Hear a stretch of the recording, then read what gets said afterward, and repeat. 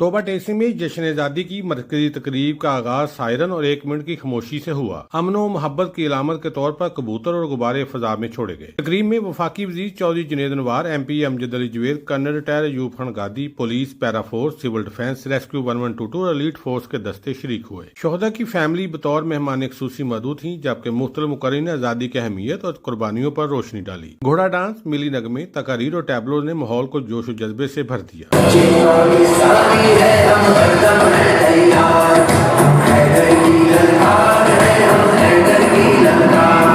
आज मैं समझता हूँ कि आज जो हमारा 78वां जो यौम आज़ादी है, ये अगर पाकिस्तान की तारीख के और आग को पलटें तो मैं समझता हूँ कि ये एक सबसे अहम यौम आज़ादी है।